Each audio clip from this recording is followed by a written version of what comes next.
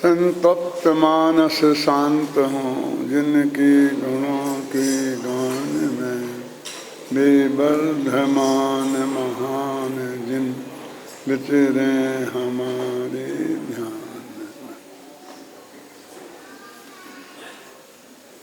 भगवान महावीर के जीवन और उनके सिद्धांतों पर चर्चा अपन कर रहे हैं, जिसमें निश्चय व्यवहार की चर्चा चल रही है। निश्चय व्यवहार की चर्चा में व्यवहार नय के दो भेदों की बात अपन ने अभी तक की। उपचरित असद्भूत व्यवहार नय और अनुपचरित असद्भूत व्यवहार नय। इन दोनों नयों के बारे में स्वरूप बताने के बाद इनकी उपयोगिता पर भी अपन ने बात की। अपना जीवन सदाचारमय हो, इसके लिए उपचरित असद्भूत व्यवहार नय को सत्यार्थ सच्चा माना जाता है। हमारा जीवन पशुओं जैसा ना हो जाए, क्योंकि पशुओं में स्वस्त्री परस्त्री स्वधन परधन इनका भेद नहीं होता, और मनुष्यों में तो होता है। तो हम मनुष्य इसी बात में उनसे कुछ अलग हैं और इसमें ही नहीं रहे तो फिर क्या कहना। दूसरा, सदाचारमय जीवन, हम पशुओं से कुछ ऊपर उठ के हमारा जीवन हो, सदाचारी हो, सात्विक हो, माँ बहन को हम पहचाने। और दूसरा, अहिंसात्मक हमारा आचरण हो, किसी जीव की को हिंसा ना हो। हमारा खान पान उठना बैठना आचरण का मतलब अकेला खाने पीना नहीं होता है, नहाना धोना भी आचरण में ही शामिल है।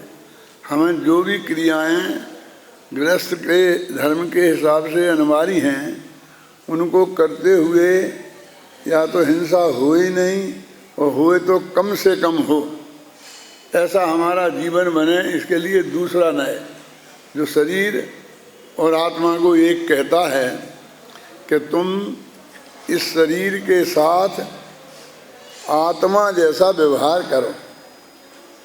जैसे अपन कोई अजीब पदार्थ से करते हैं ना व्यवहार, तो कोई विचार नहीं करते, फेंक देते हैं, लात की ठोकर मार देते हैं, इसे बुरा लगेगा, तकलीफ होगी, नहीं सोचते ना।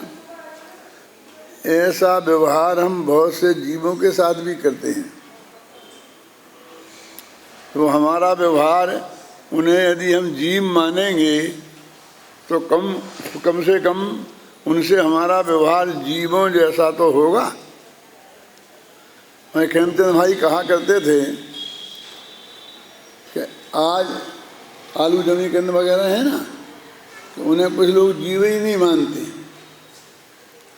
तो आज उन्हें तुम जीव नहीं मानोगे तो एक दिन ऐसा आएगा कि वे अनंत जीव तुम्हें भी जीव नहीं मानेंगे, और तुम्हारे साथ भी वैसा व्यवहार करेंगे जैसा अजीवों के साथ करते हैं।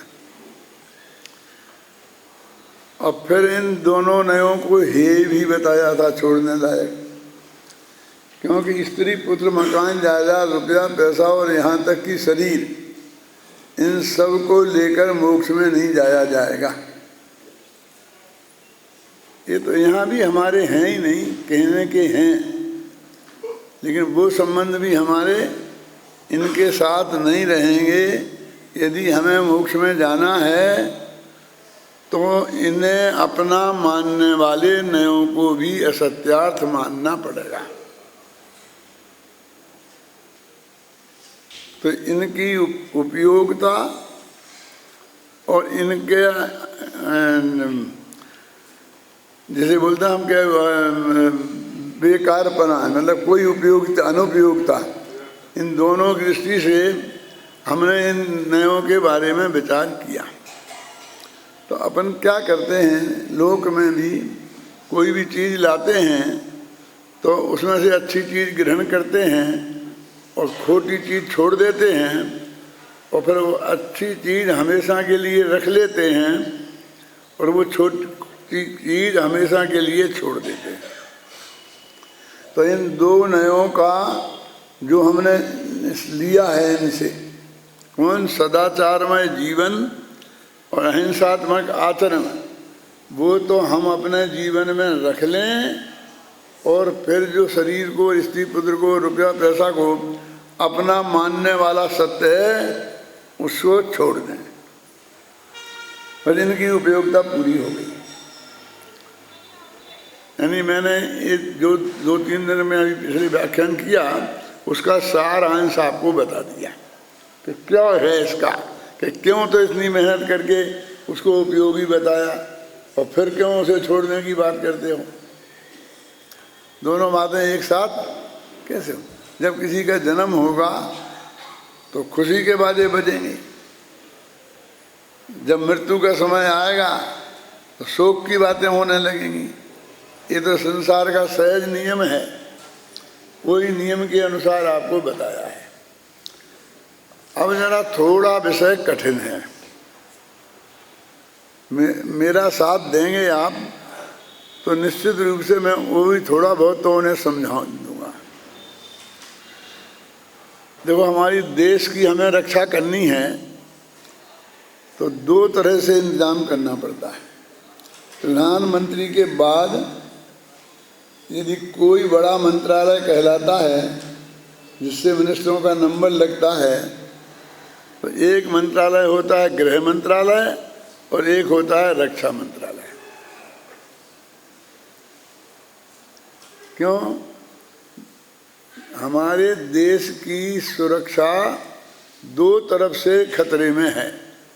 एक तो जो अड़ोसी पड़ोसी हमारी ज़मीन न दबा दें और कुछ हमारे उपद्रव नहीं करें, तो एक तो उनसे निपटना है, तो उनसे तो रक्षा विभाग निपटेगा।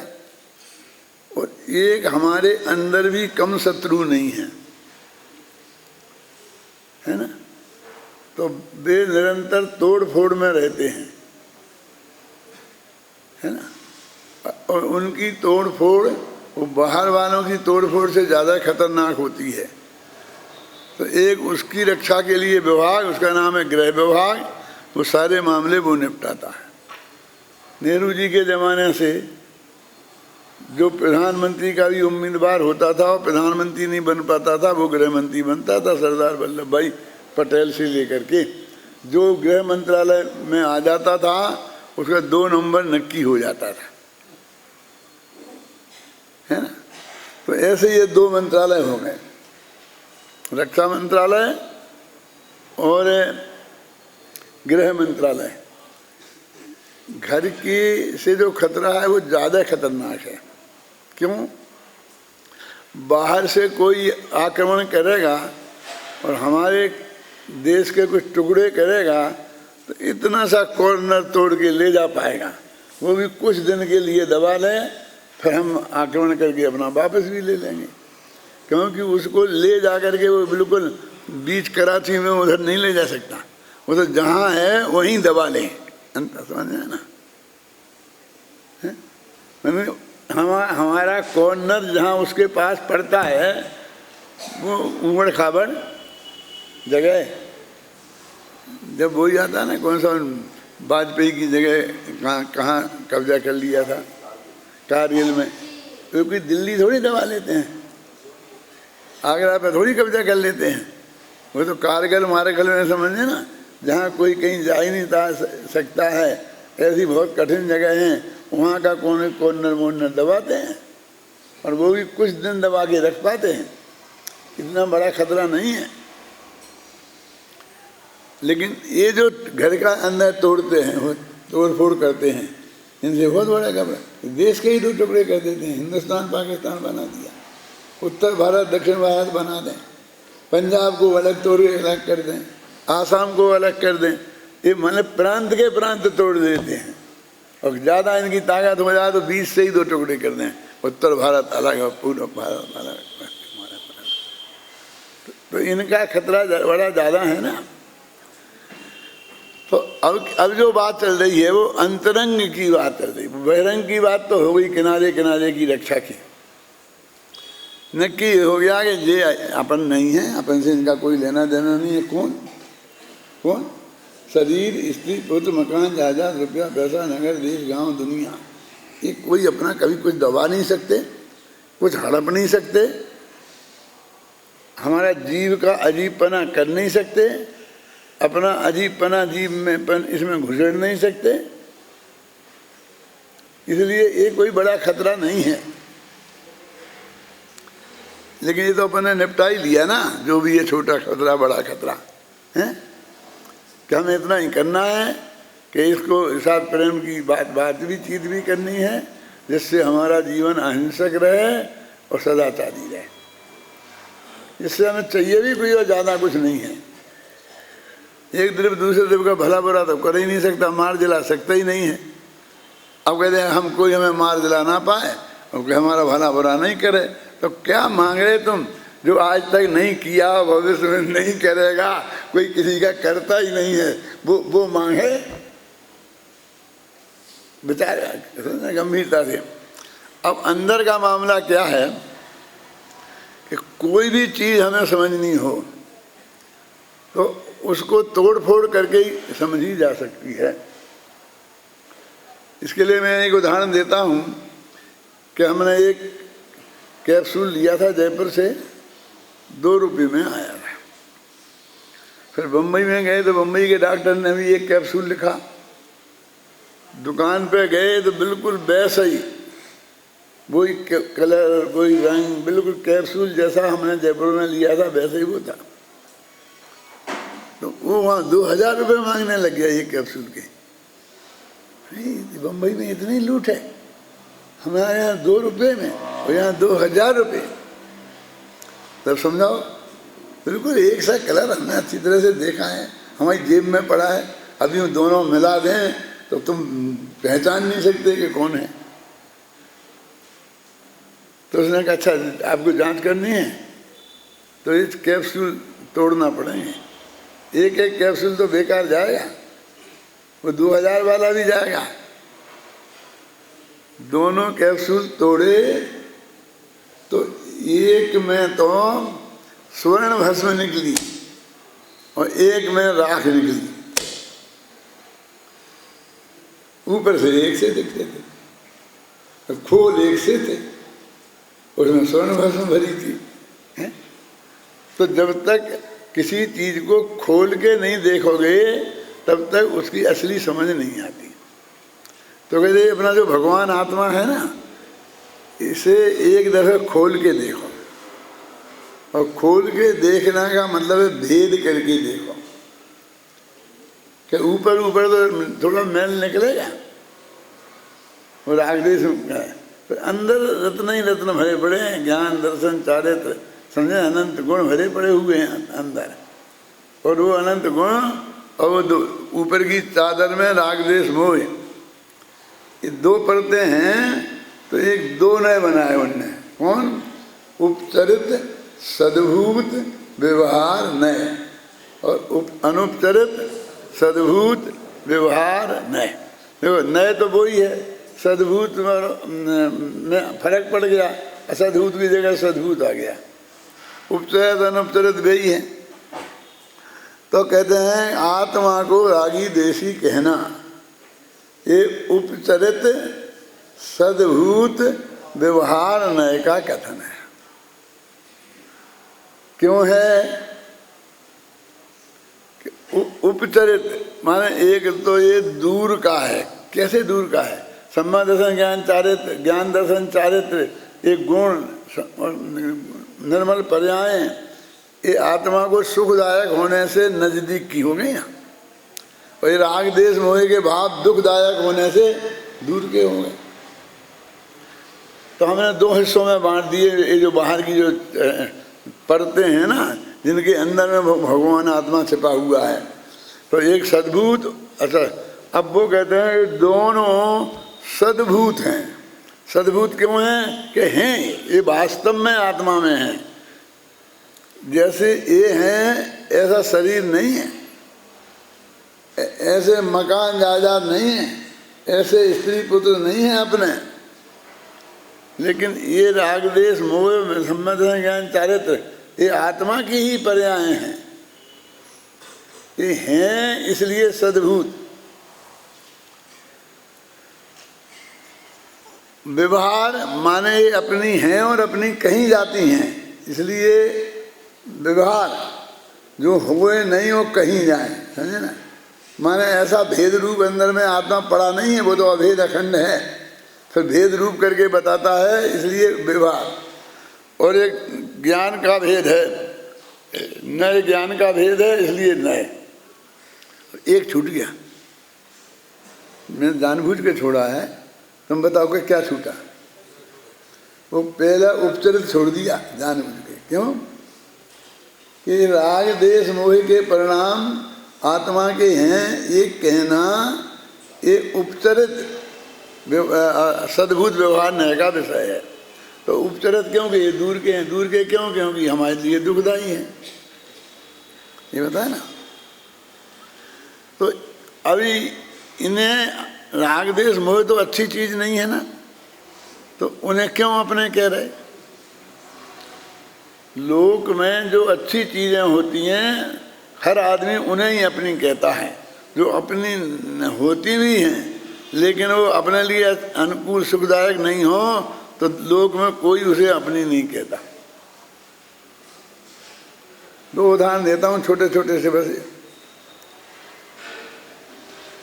आपकी जोर की पेशाब लगी हो, लेटने लगी हो और जगह कहीं दिखे नहीं, तो आप कहीं ऐसा मौका देख के फटाफट निपट लें, और फिर बाद में कोई देखे कि यहाँ ये लेटन किसी ने की है, आपको नहीं देख पाया किसी ने है? तो फिर पूछे तो स्वीकार करेंगे कि ये मेरी है। माने वो उसकी है, उसे पक्का पता है, फिर भी लोक में जो निंदनीय पदार्थ है उसे कोई अपना मानता नहीं है। एक लौकिक नियम है, समझे ना, कि वो उसे अपना नहीं मानता। और दूसरा ये बोलता हूँ मैं कि पर्यूषण के टाइम पर प्रवचन कर रहा था एक विद्वान, बीच में एक महिला खड़ी हुई, बंद करो ये व्याख्यान, बहुत हो गए लच्छेदार भाषाएं, मैं 4 दिन से भूखी बैठी हूँ और ये बड़े सेठिया जय जय के नारे लगा रहे हैं, वो बोलियाँ ले रहे हैं, ऐसा कर रहे हैं, ऐसा कर रहे हैं, ये मेरी व्यवस्था तक नहीं करते हैं। सन्नाटा छा गया, कौन क्या बोले भाई। पंडित जी ने कहा भाई ये क्या बात है, आप एक आदमी की व्यवस्था नहीं कर सकते। तो थोड़ी देर तो वे लोग चुप रहे, लेकिन जब पंडित जी लंबा उपदेश देने लगे तो उन्होंने कहा पंडित जी आप अपना प्रवचन करो, हमारा काम हमें करने दो, आप चलो आगे आगे बढ़ो, आगे बढ़ो। क्या आगे बढ़े, आप इतनी सब व्यवस्था तक नहीं कर सकते, तो हमारी नहीं सुनते तो उसकी क्या सुनोगे। कि हम कह रहे हैं कि छोड़ो, कि नहीं छोड़ें तो कहा अच्छा बताएं, इसके 4 बेटे हैं और चारों करोड़पति हैं, एक की 4 दुकानें हैं बीच बाजार में,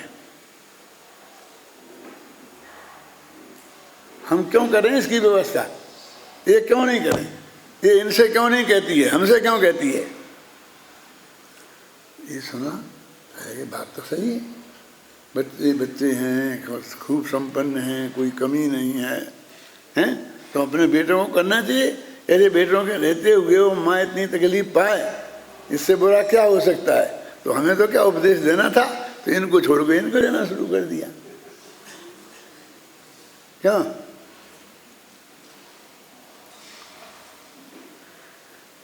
तो अब लड़के तो थे नहीं उसके यहाँ, अम्मा थी। अम्मा ये बताओ, एक कह रहे तुम्हारे 4 बेटे हैं, उनकी 4 दुकानें हैं, तुम तो कहते हमारे कोई है नहीं, कि हम तो कह रहे कि नहीं है हमारे कोई, कि एक सब कह रहे थे कौन सच्चा, तुम कहे कि हम सच्चे। अब वो बोले कि पंडित जी ये प्रवचन करो, बाद में तलाश लेना आप, सारा गांव तो है कि इसके बच्चे हैं कि नहीं हैं। तो एकदम आंख में आंसू लाकर वो माँ बोली, इससे अच्छा तो पैदा होते ही मर जाते तो अच्छा रहता। क्या कहा उसने? पैदा होते ही मर जाते तो अच्छा रहता। अब मैं आपसे पूछता हूँ कि माँ के बेटे हैं कि नहीं हैं, और गवाह चाहिए? तो माँ ही कह रही ना कि ना होते तो अच्छा रहता, माने हैं तो नक्की तो हो गया कि क्यों अम्मा नहीं होते तो कैसे अच्छे रहते, कि वे नहीं होते तो ये पंच तो इंतजाम कर देते, उनके होने से वे भी नहीं करें और पंच भी नहीं करें, तो नहीं होने से बुरे हैं ना। क्यों? इनका होना हमारे लिए नहीं होने से बुरा है, इसलिए हम कहते कि नहीं है। ऐसे ही जिन मोहराग देश में छात्र का वे नहीं होते तो अच्छा रहता ना, उनका होना नहीं होने से बुरा है, इसलिए वे कहते हमारे नहीं। अब समझ गए? हैं भी, ये भी नक्की हो गया और नहीं भी है। तो हैं क्यों? कि ये अपनी गलती मानता ही नहीं था। कोई भी आदमी अपनी गलती नहीं मानता, मैंने नहीं की, मैंने नहीं की, मैंने नहीं की। तो उससे गलती मनवा रहे कि राग देश मोह तेरे में ही पैदा हुए हैं, तेरी गलती से तू संसार समुद्र में घूम रहा है। ऐसा नहीं होता करे मूछ वाला पकड़ा जाए दाढ़ी वाला। तूने जितने दुख उठाए हैं अनादिकाल से आज तक, वे तेरी स्वयं की गलती से तूने दुख उठाए हैं। पहले तो ये स्वीकार कराते हैं, अपनी गलती स्वीकार कराना। जिसने गलती की हो वो गलती सुधारने का सबसे पहला तरीका ये है कि वो अपनी गलती माने, माफ़ी मांगे, भविष्य में गलती नहीं करने की वचन देवे। यही तरीका है ना। तो पहले तो उसकी गलती स्वीकार कराते हैं। कौन सा न्याय है वो? उपचरित सद्भूत व्यवहार न्याय।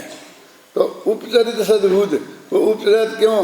क्योंकि वो वैसे है तो अपना ही, लेकिन वो सुखदायक नहीं है, दुखदायक है, इसलिए उसे दूर का मानकर और उसको यहाँ पर उपचरित में डाला। वैसे उपचरित अनुपचरित का अर्थ आप गहराई से ऐसा समझ लो कि जो हमारे घर आए और जिसके साथ हमें औपचारिकता निभानी पड़े वो उपचरित। आओ बिरादो, क्या ले, गरम लेंगे कि ठंडा? ये पूछना पड़ता है ना। जो भी घर आता है कोई, तो निश्चित रूप से वो अपने घर का नहीं है, माने वो अपना नहीं है। क्या बात कर रहे हो? कोई अपना नहीं होता तो चाय पूछता है कि अपनों को कौन पूछता है? बोलो वो अपना नहीं है तो उसके साथ पूरी औपचारिकता निभाएंगे। पूछेंगे ना, अपने घर में अपना बच्चा आता है, अपने माता पिता भी आते हैं, भाई बहन आते हैं, तो उनसे कहते हैं आइए आइए गर्म लेंगे ठंडा, ऐसा कुछ बोलते हैं? नहीं बोलते। औपचारिकता नहीं निभाने, आएंगे बैठ जाएंगे बगल में, कुर्सियाँ 3 खाली पड़ी हैं, ऐसा कोई कहने की जरूरत नहीं है। रोजाना रोजाना है ना, माने उनको कोई अपेक्षा नहीं है कि ये मेरे से औपचारिकता निभाएं। तो जिनमें से औपचारिकता निभानी पड़े उनके साथ वे दूर के मान के उपचरित नहीं लगता है, और जिनके साथ औपचारिकता नहीं निभानी पड़े, आया ना कोई, तो हम जल्दी से कुर्ता पहन लेंगे, टोपी लगा लेंगे। कोई आया हो, कोई मेहमान आ रहा कोई, तो हमें खबर मिले तो इतनी तैयारी करें कि नहीं है। और ये कहे अपना बच्चा आया तो चड्डी पहने बैठे, क्यों? मुड़के ही नहीं देखे ये कर लें, तो वो क्यों? वो महत्वपूर्ण नहीं है। महत्वपूर्ण तो है, लेकिन उपचार निभाने की जरूरत नहीं है। वो घर में अनौपचारिक रहते हैं, बस इतनी चीज। उसका नाम दूरी और नजदीकी है और कोई विशेष अर्थ नहीं है। तो अपनी बात चल रही थी कि वे राग देश परिणाम यद्यपि अपनी गलती से अपनी ही पर्याय में पैदा हुए हैं और उनका तात्कालिक दंड हमें भोगना भी पड़ता है। नरक निगोद में जाते हैं, इतने दुख भोगते हैं। आचार्य जयसेन ने तो ऐसा लिखा है, वो समझा रहे थे ये व्यवहार नए से हैं, ये रागादेश का कर्ता आत्मा व्यवहार नए से है, निश्चय नए से नहीं है ना।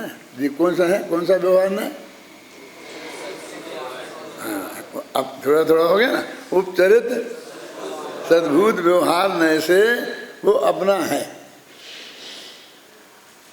तो वो कहते हैं कि उसे हमने उसे अपना माना, फिर वो अपने रखने लायक नहीं है कि मैंने अखबार में निकाल दिया था कि इसके साथ जो लेन देन करेगा मैं जिम्मेवार नहीं हूँ, ये मेरा कोई नहीं है।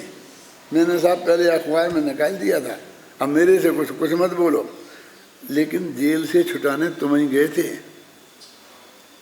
जमानत तुम ही ने दी है, भोजन की व्यवस्था उसकी तुमने ही करी है, उसके बाल बच्चों की फीस तुम ही चुका रहे, और कहते हो हमारा कोई नहीं है।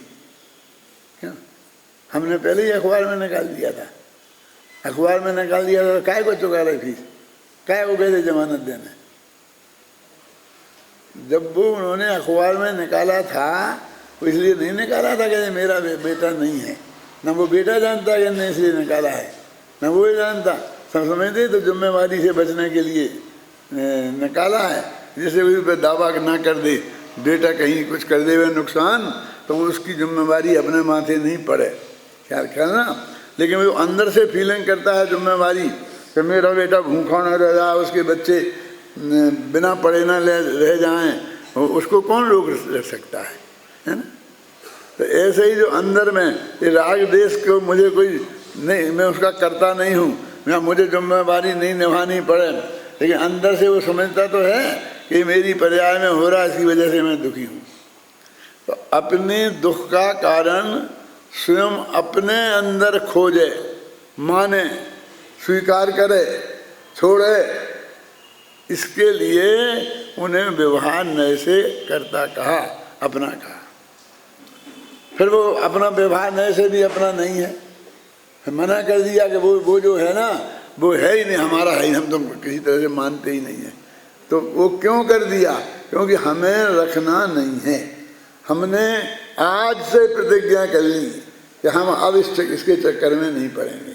तो वो जो अभी प्रतिज्ञा की है, अभी कुछ पालन नहीं हुआ है, तो ही वो उसका जिम्मेवार उस समय से नहीं होता, तो इसलिए करता नहीं है। जब करने का दंड नहीं मिलेगा तो अकर्ता हो गया ना। ये कौन सा हुआ ना व्यवहार नयों में? तीसरा, मतलब दो तो निकल गए, उपचय अनुपचय असद्भूत, वे तो थे ही नहीं, मात्र कहने के थे।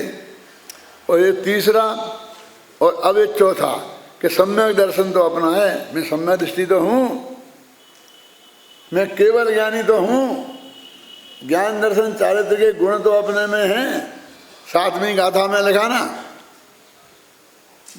क्या है बोलो गाथा?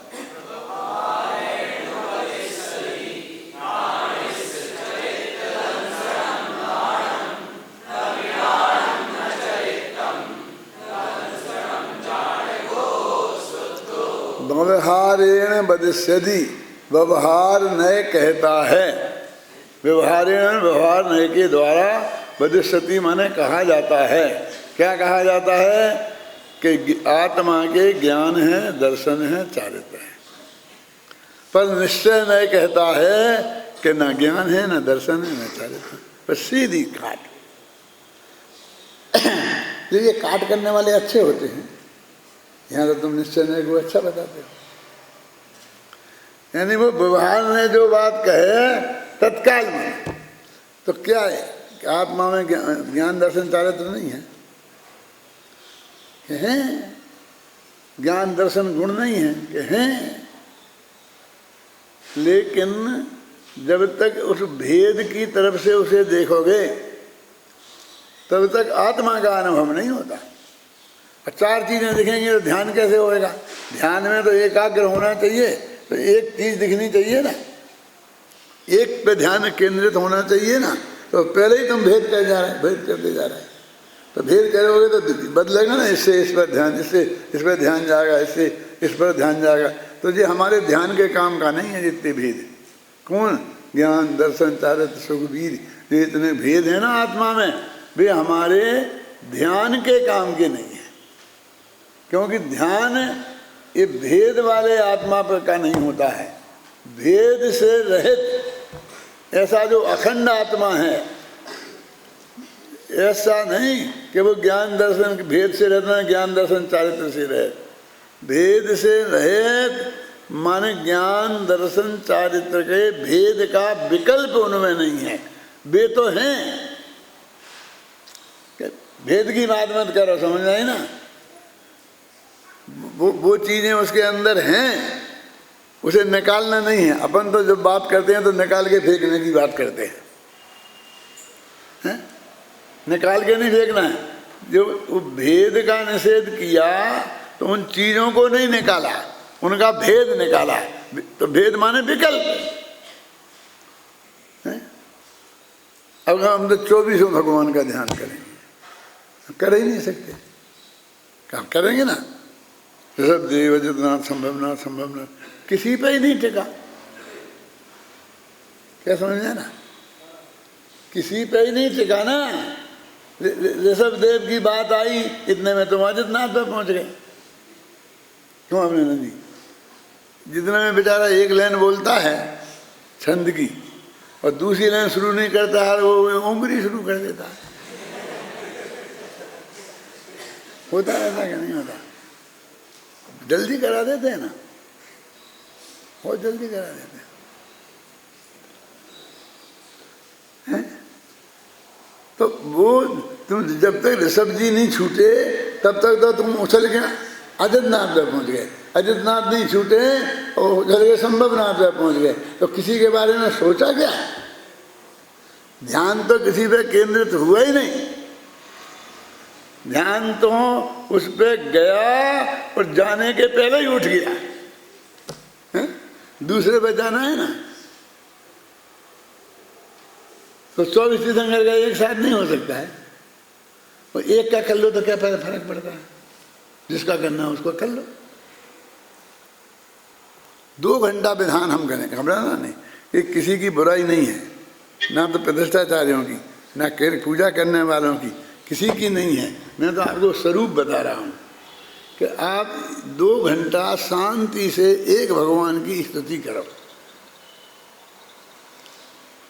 अकेले सिद्ध भगवान की। और एक उसमें 24 तीर्थंकर ले आओ, विद्यमान 20 ले आओ, और जहाँ जहाँ से ला सकते हो उतने ले आओ, और ज़्यादा ले आओ। तो कौन सी ज़्यादा पुण्य बनेगा? वहाँ तो खड़े ही नहीं हो पाए उसके दरवाजे पे तो है? अभी तो 24 थे, अब तुमने 20 और घुसेड़ दिए। ऐसा होता है। सुनो, हमने जब ये देवसास गुरु पूजन बनाई थी सन 56 में, तो उसी वक्त युगल जी ने 2 साल पहले बनाई थी वो पूजन। और उसके बाद साथ में हमारे एक मित्र और थे, वो ब्रह्मचारी थे, सच्चिदानंद जी, आप जानते होंगे ना, वे सुरोंज के थे। हाँ, तो उनने भी एक पूजन बनाई। हम एक साथ बैठते थे, चर्चा करते थे, मिलते थे सब। वे बोले देखो, मैं तुम दोनों को ना पछाड़ दूं तो मेरा नाम नहीं। कहा क्या, कौन से दंगल में तुम पछाड़ दोगे? तुमने बनाई युगल जी की पूजा ने, सब वो दूसरी पूजा बंद कर दी, और तुम्हारी आई तो वो भी घुस गई उसमें, और बंद नहीं कर पाई उनकी, तो आधी भरती तो कुछ कर ही नहीं। अब हम देखते हैं, देखें कौन खड़ा रहता है। तो उनने क्या किया सुनो, एक पूजन बनाई, तो याद तो है ना, बोलो तो क्या है, सिद्ध प्रभु के गुण गाऊं,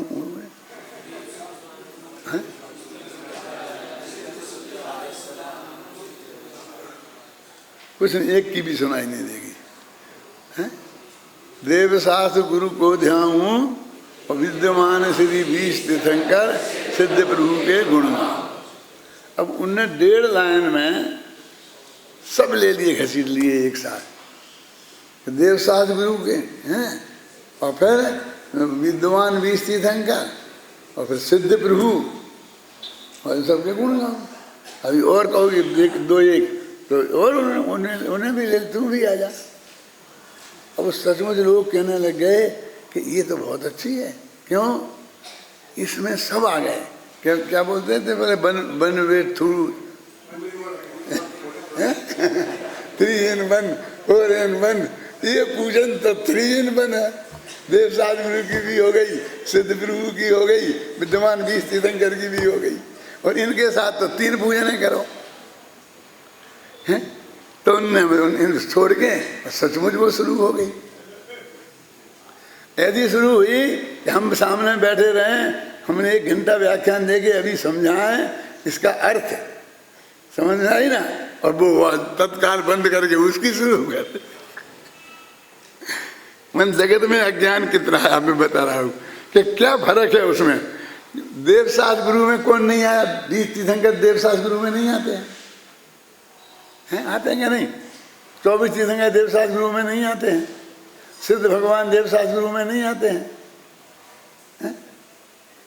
तो ये हर देवसास गुरु पूजन में वे तो हैं ही। आप जानते हैं देवसास गुरु पूजन को नित्य नियम पूजन कहते हैं। ये पूजन 5-6 तरह की होती हैं। आष्टांगिक, नित्य नियम पूजा, समझे ना। फिर बताओ ये फिर कल्पद्रुम, इंद्रध्वज, ये 5 प्रकार की पूजाएं होती हैं। उसमें देखना सबका साकार धर्मामृत में है ना। तो उसमें जो नित्य नियम पूजन है वो रोजाना करने की। नित्य नियम माने रोजाना नियम से की जाए। तो उसमें क्या है? उन्होंने कहा कोई भी चीज ऐसी मत छोड़ो जो पूज्य हो अष्टद्रव्य से, उसका नाम मत छोड़ो। वो चीज जिसमें आ जाए उसका नाम है नित्य नियम पूजन। एक पूजा करो तो नित्य करने योग्य जो पूजाएं हैं, पूज्य पुरुष हैं, वो सब आ जाएं। तो देव में हम तो सिद्ध आ गए, आचार्य उपाध्याय गुरु में आ गए, जनवानी माता आ गई, कीर्तन चैत्यालय वगैरह हैं जो अंत में अलग चढ़ा देते हैं, कीर्तन चैत्यालय वगैरह की, इसलिए बोलते हैं अकेले वो अलग है, क्योंकि वे नहीं आए उस नित्य नियम में। समझ गए? वो जो ऐसा लगता है कि नित्य नियम में नहीं आए, वो पूजन हो गई। अब वो बिल्कुल इसी हिसाब से बनाई थी। पूजनें कैसे बनाई जाती हैं वो हम जानते हैं, समझे? तो ये बनाई थी, अब वे भूल गए। अब उन्हें लगता है कि मैंने देवसास गुरु पूजन की, अब इसमें सिद्ध की तो आई नहीं। अब क्या बताएं उन्हें कैसे नहीं आई सिद्धि? फिर सिद्ध की डाल दी, तो फिर जुगमंदिर श्रीमंदिर की नहीं आई। 20 तीर्थंकर की पूजन अपन करते हैं, वो छंद बोलोगे तो उसमें श्रीमंदिर दे आदि श्रीमंदिर के साथ आदि आ गया, तो 23 फिर 19 गायब हो गए। श्रीमंदिर हो गए। जहाँ श्रीमंदिर के मंदिर बनने लगे। जुग मंदिर में क्या तकलीफ है? हमने ऐसा किया जानबूझ के। तो ऊपर मूर्तियां विराजमान कही तो श्रीमंदिर, जुगमंदिर, बाहु, सुबाहु, जिन भगवानों को कोई नहीं पूछता। हमने कहा भैया बन करो। हमने ऐसे चुने जिन्हें कोई नहीं विराजमान करेगा। एक बनाने नाते दूर दूर के कोई जोड़े नहीं बैठा ले। हमने भरत, बाहुबली, हमने ऐसा नहीं किया। शांतिनाथ, कुंजनाथ, अरयनाथ, ऐसे चक्रवर्तियों की जोड़ी नहीं बैठा ली। हमने जोड़ी ना बैठ जाए, इसका ध्यान रखा है। कहीं ना कहीं अपने जोड़ी बैठाने का जो राग है वो हम तोड़ने ही नहीं चाहते हैं। जोड़ियाँ में बैठाना चाहते हैं, तो उसमें आ गई थी वे सब। जुगल जी की पूजन में भी है, हमारी पूजन में भी है, और उनने हमसे चैलेंज दे के कह के क्या लाओ तुम बैठा दो जैसा प्रवचन तुम्हें देना हो, तुम्हारी ताकत हो तो हटा दे, समझाओ जितना तुम में अकल हुए। और आज तक तो नहीं समझा पाए हम। अरे सब पूजने आ गई, अब उसमें हम जोड़ते जाते। अभी क्या एक सब वहाँ वाले मल्लिनाथ की करते हैं। तो करते होंगे, तुझे क्या लेना देना, तो अपन नहीं करें। लेकिन उस मंदिर में मूल नायक मल्लिनाथ की प्रतिमा है, इसलिए करते हैं। अब तुझे क्यों करना है? अब तुझे उसकी नकल करना है कि मल्लिनाथ, तो मल्लिनाथ की प्रतिमा उन्होंने क्यों रखी, हम भी मल्लिनाथ की रखेंगे। तुम कुछ पैसा वैसा देते हैं कि नहीं? अरे कुछ नहीं, वहाँ उनका एक कल्याणक हुआ था, है? अब कुछ पता नहीं किसी को कहाँ कि कहाँ किससे कैसी क्या शुरू हो गई। गिरनार जी में नेमिनाथ की क्यों, और शिखर जी में पारसनाथ की क्यों? एक तो मेरे से पूछ रहे थे कि साहब ये शिखर जी से जी तो मोक्ष नहीं गए, ये तो गिरनार जी से गए, ये नेमिनाथ की मूर्ति यहाँ क्यों? ऐसे प्रश्नों के उत्तर भी हमें देने पड़ते हैं। बोलो क्या करें? अब वो मूर्ति क्यों नहीं, इसका उत्तर दो, और है तो क्यों है, इसका उत्तर दो। अरे उसको विकल्प आया कि बेचारे 4 भगवान को काहे को छोड़ो, जब 20 को कर ही दिए तो टोंके में बना दी। ऊपर जो 20 की टोंके थी, तो 20 की तो वहाँ से मोक्ष गए हैं इसलिए थी, और भगवान महावीर की टोंक भी मिलेगी। अब आप देखना समझ, आप करते हैं, आपने सोचा ही नहीं क्या हुआ है क्या नहीं बनाने थी। मुझे कोई एतराज नहीं, बनाई है तो मैंने भी पूजा करी, नमस्कार किया सब उसको। लेकिन मैं बताता हूँ कि कुछ सोचो तो, बनाते वक्त, दर्शन करते वक्त, कि ये इन सब का क्या प्रयोजन है।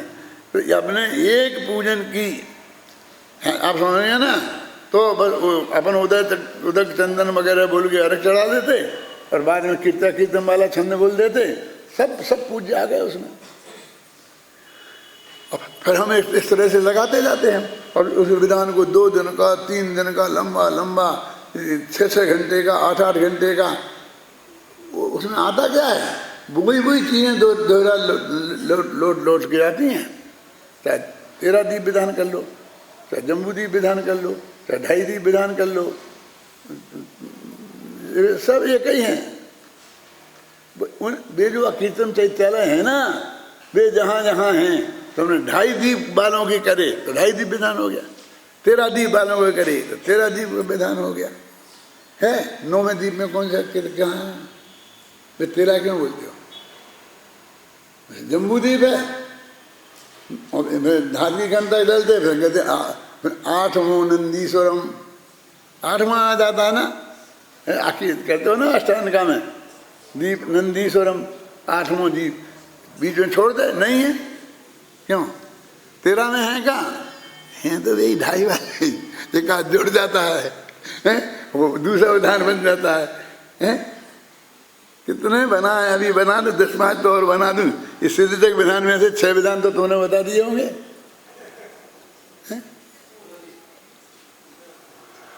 इसमें से रिद्धि विधान, कर्म दहन विधान, ये विधान, फिर ये विधान, ये निकाल लेते हैं इन्हीं में से 6 बना के देखते हैं बिहार।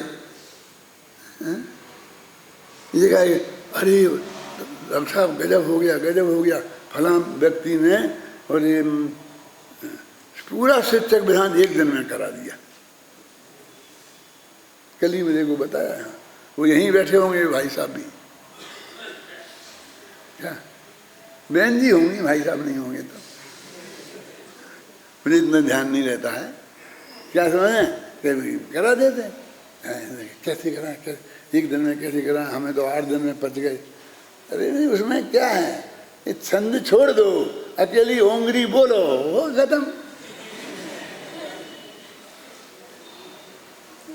बाबू चाचा बोलो कहाँ दिक्कत है इसमें, होगी कि नहीं होगी, उतने अलग चढ़ जाएंगे, बराबर पूरे वो हो जाएंगे बस। हमारे गुरुजी थे, वो तो छंद बोलते ही नहीं थे, अकेली उंगली बोल के ही पूजन करते थे। मुरैना विद्यालय में जो पढ़ते थे ना पंडित कल्लाल जी, तो बस जलम चंदनम अक्षतम, बस फटाफट 10-20 पूजना कर लेते थे रोजीना 10 मिनट में, और चले जाते थे उसके। और भाई जैसे चावल उठाते थे, ऐसे फेंकते थे, तो थाली में तो एक गिरता नहीं था, सारे मंदिर में फैल जाते थे। मैं जो बोलता हूँ मुझे सब दिखता है आंखों के सामने, वो जो दृश्य कैसे कहते थे, ये क्या है, ये क्या करना है, गिनती किसको गिनाना है, हैं?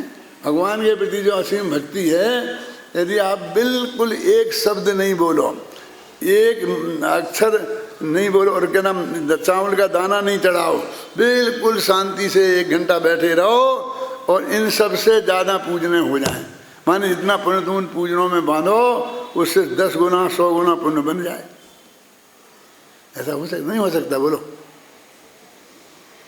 अत्यंत निर्मल भाव रहें, शुद्ध भाव रहें, क्यों?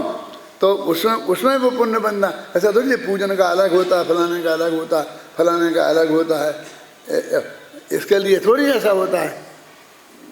मेरे कहने का मतलब है, लेकिन विवेक, हर जगह विवेक चाहिए।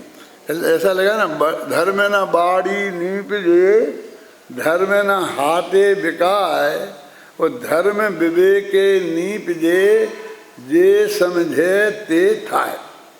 जो समझेगा वो धर्मात्मा हो जाएगा, विवेक नहीं है। अभी वो बना रह जाएगा नए। कौन सा था? कौन से नए थे भैया? बोलो। उपचरित सद्भूत व्यवहार नए और अनुपचरित सद्भूत व्यवहार नए। देखो, विकारी मोह राग देश जितने विकार हैं, इनको और आत्मा को एक कहना, आत्मा को इनका स्वामी कहना, आत्मा को इनको कर्ता भोक्ता कहना, बस इसका नाम है उपचरित सद्भूत व्यवहार नय।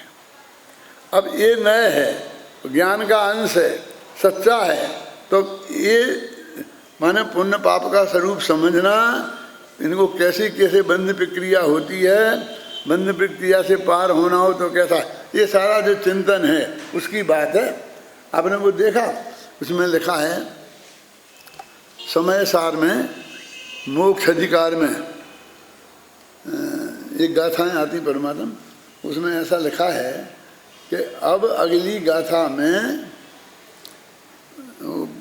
विपाक विचय नामक धर्म ध्यान से अंधे जो लोग हो गए हैं, क्या क्या लिखा? विपाक विचय धर्म ध्यान का भेद गिना रहे, आर्थ ध्यान और ध्यान का नहीं, धर्म ध्यान का। विपाक विचय नामक धर्म ध्यान, विपाक विचय जानते हो? वो कर्मों की प्रकृतियों का कब कैसा उदय आता है, कैसे करता है, वो सारी जो प्रक्रिया है उसके बारे में सोचना, उसको बोलते हैं विपाक विचय नामक धर्म ध्यान। और वो विपाक विचय नामक धर्म ध्यान से अंधी हो गई है बुद्धि जिनकी, ऐसा लिखा है। निकालो, यही रखा निकाल दो भाई, कोई तो निकाल पहलवान। विपाक विचय नामक धर्म ध्यान से अंधी हो गई है बुद्धि जिनकी, अब उनको समझाते हैं। यानी विपाक विचय नामक धर्म ध्यान से भी बुद्धि अंधी हो सकती है। वहीं से पढ़ के सुना दो शांति जी, हैं? हाँ। यानी वो विपाक विचय नामक धर्म ध्यान, अभी ये तो जो अपना तुम्हारा चल रहा है ना शुभ भाव है, इससे तो बहुत आगे है वो, समझे ना?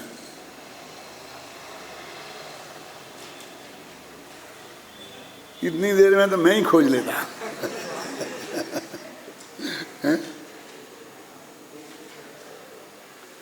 ये जो वे गाथाएं हैं ना कि जिनमें वो लिखा है कि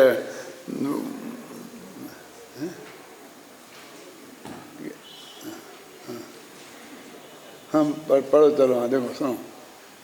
गाथा 293 से 93 3 गाथाओं के इसमें। हाँ।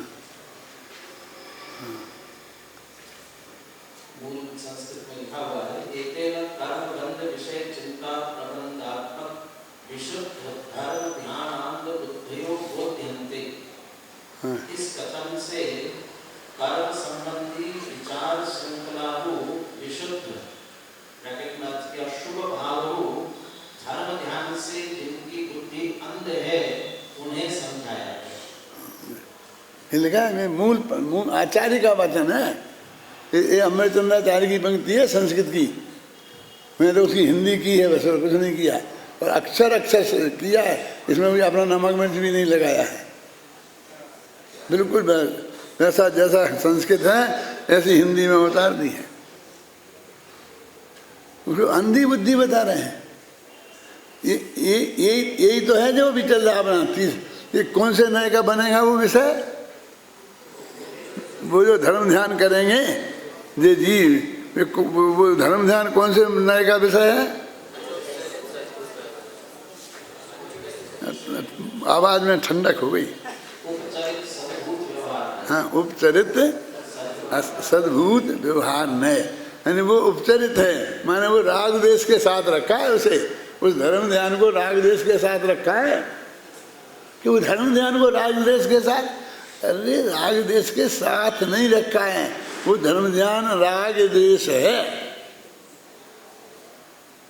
आप समझ रहे हैं ना? वो चारित्र गुण की पर्याय है विकारी, वो अवकारी पर्याय नहीं है, वीतरागता नहीं है, हैं?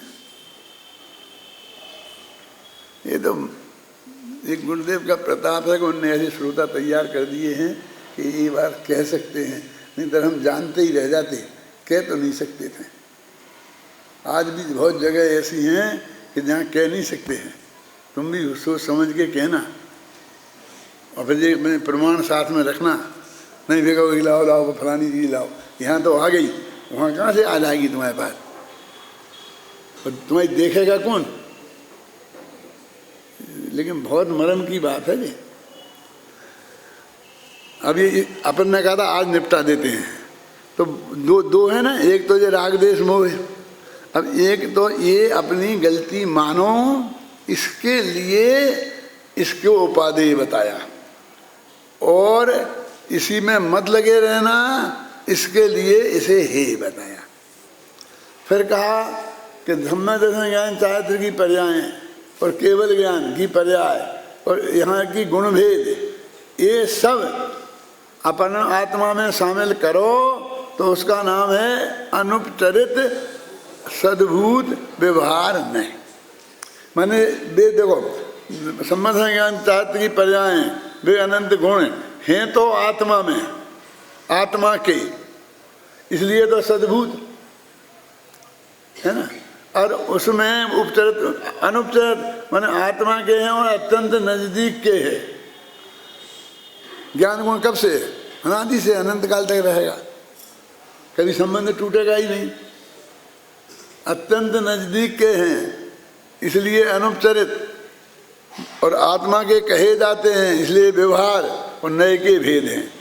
तो वो जो केवल ज्ञान भी आत्मा का है, केवल ज्ञान का कर्ता आत्मा है, ये कहना ये भी व्यवहार नए का कथन है।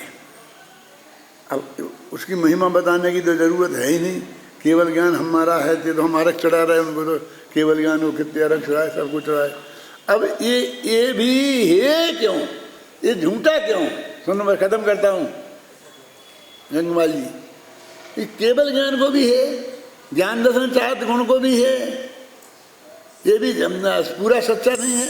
इसमें भी मीन मेघ लगेगी कि हाँ कि वो आत्मा का ध्यान करो तो वीतरागता होती है, और ये आत्मा में केवल ज्ञान है, केवल दर्शन है, ऐसा भेद करके करो तो राग होता है, वीतरागता नहीं होती है।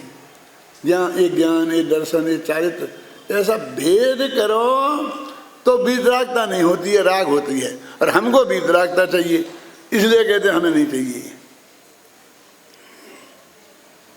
क्या माताओं मेरे ख्याल में आता कि नहीं आता है? ये सब शास्त्र की लिखी बात है, शास्त्र की गारंटी मेरी, लेकिन ये बात ये पक्की है और आज तक आपने नहीं सुनी है, तो इसमें मेरी कोई गलती नहीं है। आप आते हैं यहाँ सुनते हैं, गलती कुछ इनकी भी है, ये विधान ऐसा करते पहले से और आपको बुलाते तो आप आते, ऐसे कैसे आ जाते? क्यों? और एक मेरी भी गलती है कि मैंने इन लोगों से नहीं कही अभी तक। वस्तु स्वरूप एकदम सच्चाई के लिए अपन हैं, अपन ने मनुष्य भाव सिर्फ दूसरों की उसके लिए नहीं पाया है, अपने आत्म कल्याण के लिए पाया है। अपनी हृदय की सच्ची बात सारे जीवन में पढ़कर दिन ना रात। जाता है ना, वो केवल जी की पूजा में एक पंक्ति है, क्या वो जग जग, क्या बोले बोले तब सब प्रभु भानते इसी तरह, जब जगे विषयों में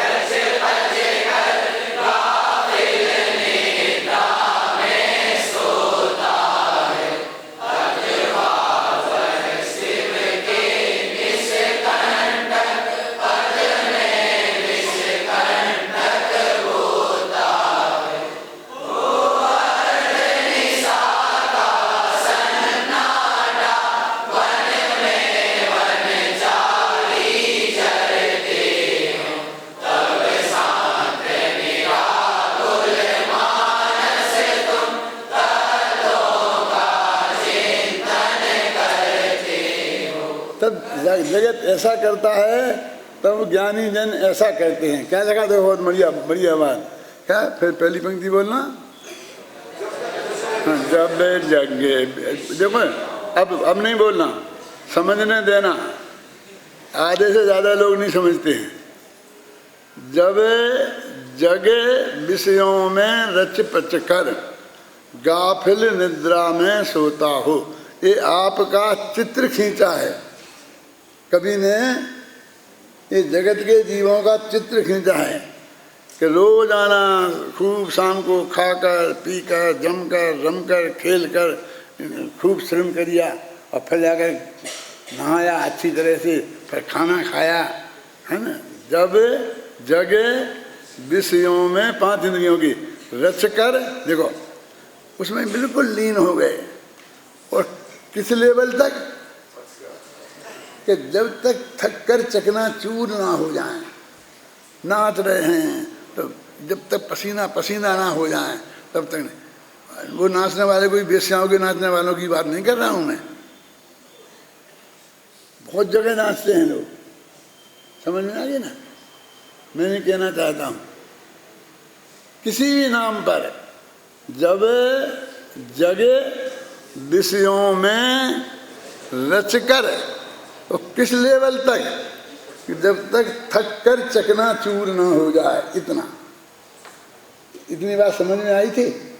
आई तो होगी, लेकिन इतनी गहराई से समझ में आई थी।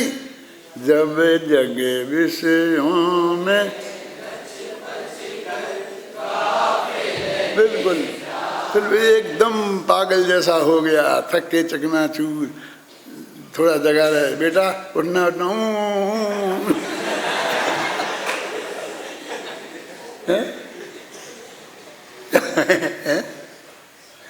गाफिल निद्रा में अथवा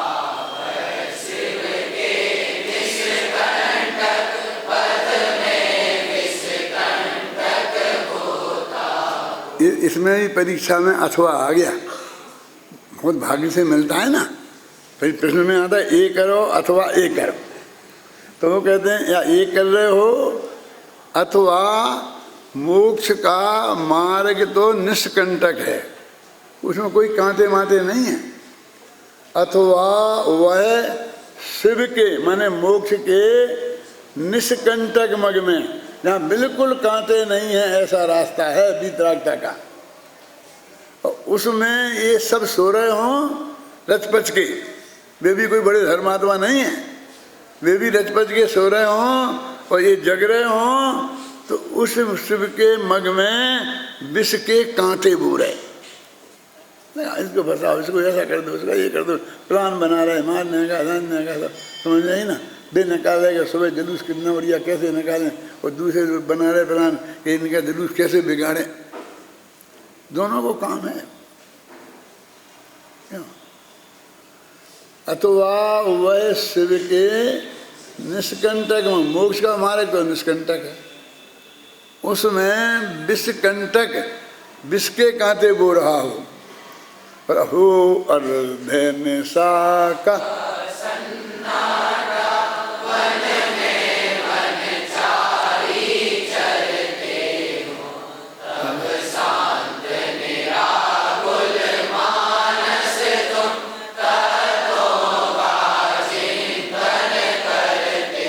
इससे उत्पन्न हुआ है। आचार्यों की जो जो शास्त्र लिखे हैं, जो उन चिंतन आपको दिया है उनने, वो ऐसे ऐसे में पैदा हुआ है कि किनकी बातें हैं, ये उनकी बातें हैं जिनसे भी वो पैदा हुआ है वो उनकी बातें हैं।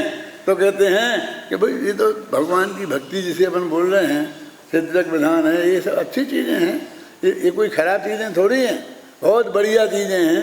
लेकिन ऐसे मौका पर हम कम से कम और बढ़िया चीज़ें क्या होती हैं ये भी समझ लें, समझ कर इन पूजा के काम में भी हम असली धर्म को प्राप्त करें, ऐसी मंगल भावना से मैं अपनी बात हम सभी संक्षिप्त में बैठ के निर्माण स्तुति